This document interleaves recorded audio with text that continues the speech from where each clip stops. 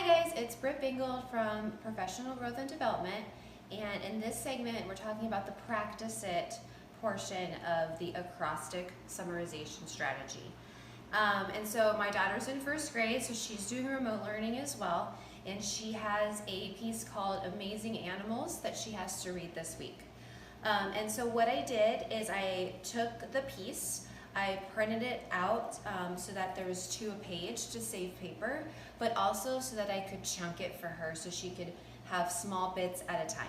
Okay, so it's a really long piece. It's a nonfiction piece about animals. Okay, so if you come over here, what you're going to see is the teacher booklet looks kind of like this. So we've already done the background, and I've already gone over all of these words with her yesterday. And so the main goal of this is comprehension and what conclusions that they can draw from 8 animals.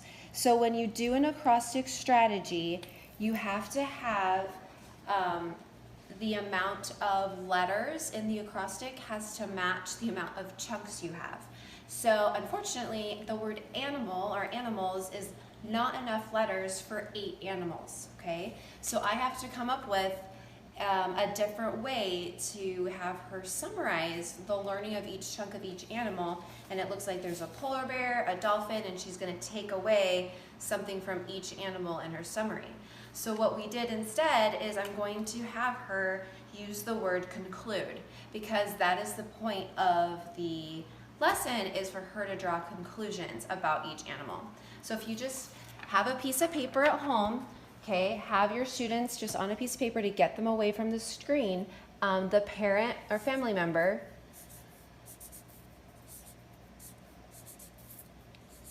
would write down the word conclude, okay, on a sheet of paper, and then they would do an acrostic, okay? So later this afternoon, when she reads each chunk, okay, and I'll give her a chunk at a time, I will say, okay, right now we're gonna read only about polar bears.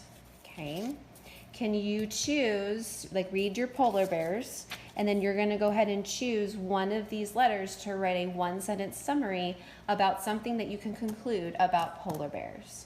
Okay, and that'll help them chunk each piece of this story using an acrostic summary, and then that from there they can go ahead and answer the essential question, which is what do we conclude about these types of animals?